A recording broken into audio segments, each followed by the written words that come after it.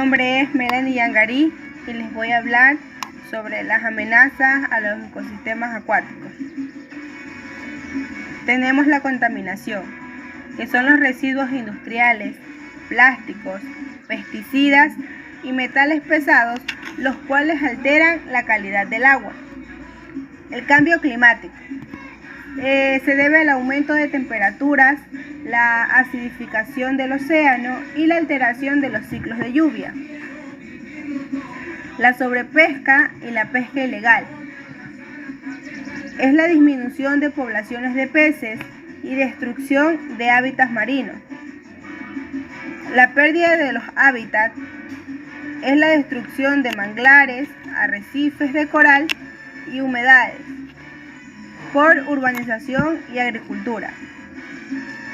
Las especies invasoras son organismos introducidos, los cuales compiten con las especies nativas y de esta manera alteran el equilibrio ecológico. La eutrofización es el exceso de nutrientes, ya sea de fertilizantes o desechos, los cuales causan la proliferación de algas y disminución de oxígeno en el agua. Algunos ejemplos de amenazas en los ecosistemas acuáticos es la contaminación por plástico. La isla de basura del Pacífico es un claro ejemplo del impacto de los desechos plásticos en los océanos. El blanqueamiento de los corales. En la Gran Barrera de Coral, el aumento de la temperatura del agua ha causado la pérdida masiva de los corales. La eutrofización en lagos. El lago Erie, en Norteamérica, sufre proliferación de algas tóxicas debido a fertilizantes agrícolas. En las especies invasoras, el pez león en el Caribe ha reducido la biodiversidad al momento de depredar peces nativos. A continuación le vamos a hablar sobre los componentes de los ecosistemas. Mi nombre es Cristiana Noemí Adriana y el día de hoy les voy a hablar sobre el ecosistema y sus componentes. Un ecosistema es el conjunto de seres vivos y elementos sin vida que interactúan en un ambiente. Estos se componen por dos factores, los factores bióticos y los factores abióticos. Primero les voy a hablar un poco sobre lo que es de los factores bióticos. Los factores bióticos encontramos lo que es los seres vivos como las plantas, animales y bacterias. Y en los factores abióticos entendemos lo que es elementos físicos y químicos como el suelo, la temperatura y el agua. En un ecosistema los organismos tienen diferentes roles. Tenemos lo que son los seres vivos que habitan en el ecosistema. Estos se definen por grupos. Tenemos lo que es los productores. En estos encontramos lo que es las plantas, las algas, las bacterias. ¿Estos qué hacen? Generan su propio alimento. ¿A través de qué? A través de la fotosíntesis. Luego tenemos lo que son los consumidores. En este encontramos a los animales, insectos, microorganismos. ¿Estos de qué se alimentan? Estos se alimentan de otros organismos.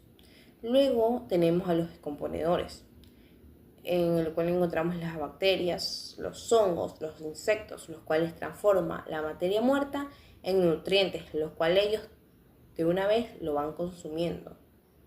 Luego tenemos lo que son las interacciones en un ecosistema. ¿Cuáles son estas? Tenemos como primer punto la cadena alimentaria. Estos son los organismos que se alimentan unos de otros, transfiriéndose la energía y los nutrientes. Como segundo tenemos lo que son los ciclo de nutrientes. En este están los descomponedores, los cuales liberan nutrientes de la materia muerta y los cuales son absorbidos ¿por quiénes? Por los productores. Tenemos luego lo que es el flujo de energía.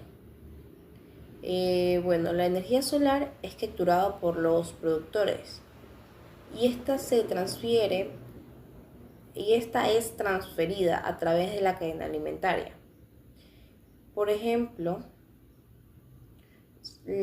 la energía solar está capturada por medio de las plantas y así Estas hacen lo que es la fotosíntesis.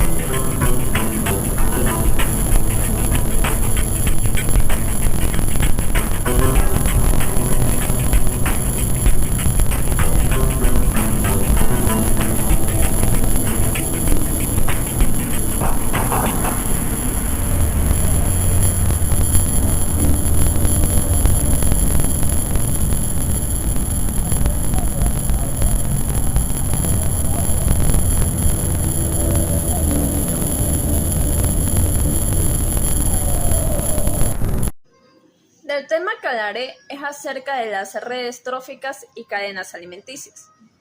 Las redes tróficas muestran cómo la energía fluye en un ecosistema a través de cadenas alimenticias interconectadas. En los ecosistemas acuáticos, estas redes comienzan usualmente en las algas y en cierto tipo de microorganismos fotosintéticos, los cuales flotan en la superficie llamados fitoplancton, los cuales sirven de alimento a pequeños consumidores como el zooplancton y crustáceos. Ellos juegan el rol de productores autótrofos. Esto quiere decir que producen su propio alimento, utilizando nutrimentos y energía del ambiente. Esto es lo que llamamos como luz solar. Luego, peces pequeños y medianos se alimentan de ellos, hasta llegar a depredadores como tiburones o aves pescaderas. A esto se lo conoce como consumidores. Ya hablaremos de ello más adelante. En los ecosistemas terrestres, las plantas son la base de la red trófica. Estas interacciones mantienen el equilibrio del ecosistema. Recordemos que dichas cadenas alimentarias describen literalmente el modo en que la materia y la energía pasan de unos seres vivos a otros, dentro de un hábitat específico, siendo la organización de los seres vivos en grupos funcionales de acuerdo a su manera de nutrirse. Esto quiere decir, alimentarse. Todo ello es vital para la comprensión que actualmente disponemos de la forma en la que la materia y la energía se transmiten a lo largo de las redes tróficas de un ecosistema.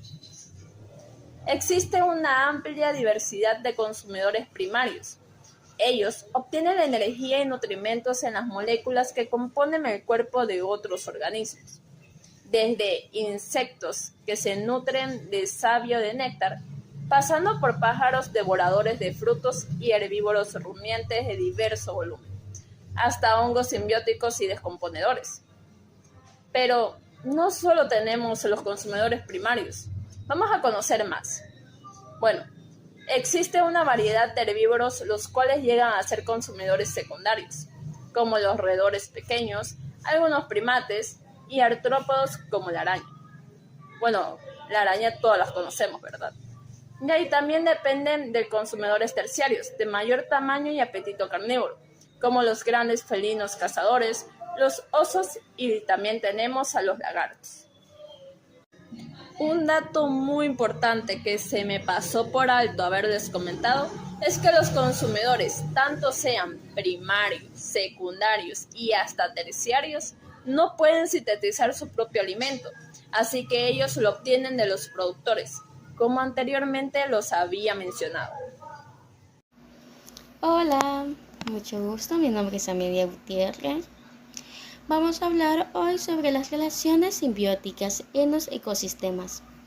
La simbiosis son interacciones estrechamente entre dos especies que viven juntas y pueden beneficiarse mutuamente, perjudicarse o no afectarse entre sí. Este tipo de relación es clave para mantener la biodiversidad y el equilibrio ecológico, ya que influye en la supervivencia y la evolución de las especies. Los individuos que integran las relaciones simbióticas se denominan simbiontes. Como podemos ver, se clasifica en tres tipos principales. Tenemos primero el mutualismo, donde ambas especies se benefician de la interacción. Tenemos un ejemplo como las abejas y las flores. Las abejas obtienen néctar para alimentación, mientras que las flores se benefician con la polinización. Otro ejemplo, tenemos los líquenes, una relación entre un hongo y una alga. El hongo proporciona protección y absorbe nutrientes, mientras que el alga realiza la fotosíntesis. Tenemos otro ejemplo de mutualismo, como los peces payasos y las anémonas, una relación en la que ambas especies aportan y reciben protección, como las anémonas que sirven como refugio para los peces payasos, quienes a su vez defienden de posibles depredadores. 2. Comensalismo, donde una especie se beneficia y la otra no se ve perjudicada ni afectada. Por ejemplo, tenemos las remoras y los tiburones. Las remoras se adhieren a los tiburones para alimentarse de los restos de comida, sin afectar al tiburón, obviamente. Como podemos ver otro ejemplo, también tenemos las aves que anidan en los árboles, utilizando las ramas para protección sin causar ningún daño al árbol. Como tercero y último, tenemos parasitismos, donde una especie, que es el parásito, se beneficia a expensas de la otra, que es el huésped, causándole daños. Tenemos un ejemplo como los piojos, vienen siendo parásitos en los humanos, se alimentan de la sangre, que puede causar molestias. Tenemos otro ejemplo como los gusanos intestinales en los mamíferos, que se alimentan del nutriente del huésped, debilitándolo. Por otro ejemplo, tenemos que es común la relación entre los corales y las algas, que proporcionan alimento al coral y este le da refugio. Tenemos otro ejemplo de parasitismos. Algunos protozoos y mamíferos en una relación en la que los organismos microscópicos ingresan al cuerpo de algunos mamíferos para realizar parte de su ciclo de vida, lo que hace que el animal se enferme. El germen causal del paludismo, por ejemplo, se aloja y se produce dentro de los glóbulos rojos de los seres humanos. A continuación va a hablar mi compañero sobre las características de los ecosistemas del agua dulce. Mi tema es sobre la característica de los ecosistemas del agua dulce. Los ríos y lagos son ecosistemas de agua dulce esenciales para la vida. Los ríos tienen flujo constante y transporta agua desde zonas altas hasta desembocar en el mar o en lagos. Los lagos, en cambio, tienen aguas más estancadas y dependen de los ríos y de la lluvia para mantenerse. Estos ecosistemas juegan un papel clave en el ciclo hidrológico. Al regular el agua y proporcionar hábitat a muchas especies en el Ecuador, el clima de estos ecosistemas varían según la región. En la Amazonía, si es húmedo o cálido. En los Andes es muy templado y en la costa es cálido y lluvioso. En uno de ellos tenemos cómo es el tipo de agua. Como si su nombre lo indica, los ecosistemas de aguas dulces están formados por cuerpos de agua con baja concentración de sales, generalmente menos del 1%. Esto influye como ríos, lagos, arroyos, pantanos y humedales. Otro punto que tenemos es sobre la diversidad biológica. Aunque pueden ser más limitados en términos de diversidad que los ecosistemas marinos, los ecosistemas de agua dulce albergan una gran variedad de especies, tanto vegetales como animales. Esto influye como peces, insectos acuáticos, plantas sumergidas y etc. Los ciclos de nutrientes. Estos ecosistemas de los ciclos de nutrientes de agua dulce tienen ciclos en los que el agua circula a través de ellos, transportándolo a minerales, materia orgánica, nutrientes que son esenciales para el crecimiento de las especies vegetales y animales.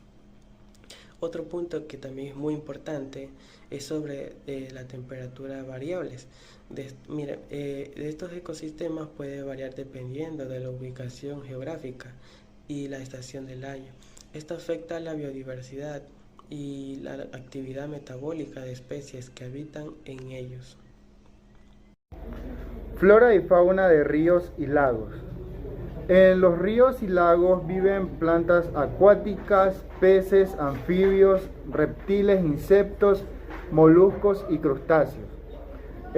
Los ríos albergan una gran diversidad de especies adaptadas a la vida acuática. Existen peces de río como los bagres y las truchas, también invertebrados acuáticos como son los cangrejos de río, insectos acuáticos y también grandes animales, tales como los manatíes, los cocodrilos y los hipopótamos.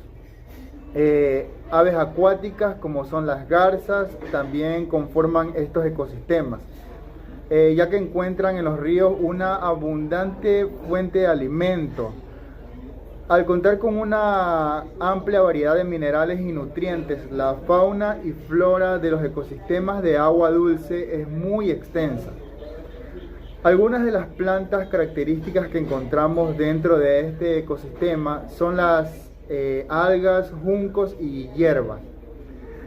En lo referente a la fauna, se estima que estos ecosistemas de agua dulce albergan aproximadamente 700 especies de peces, 1200 anfibios, moluscos, mamíferos e insectos. Las corrientes de agua tienden a desarrollar una flora y fauna diferente, esto dependiendo la zona del río. En el origen del río es posible encontrar peces como la trucha. Estas criaturas tienen una alta resistencia a las bajas temperaturas, necesitan de una gran cantidad de oxígeno para lograr sobrevivir. Asimismo, en el nivel medio del río se pueden apreciar diferentes especies vegetales. Entre las que más resaltan son las algas y las plantas verdes. Debido a que el río va arrastrando sedimentos y desperdicios, el agua se torna un poco más oscura a medida que se acerca a la desembocadura.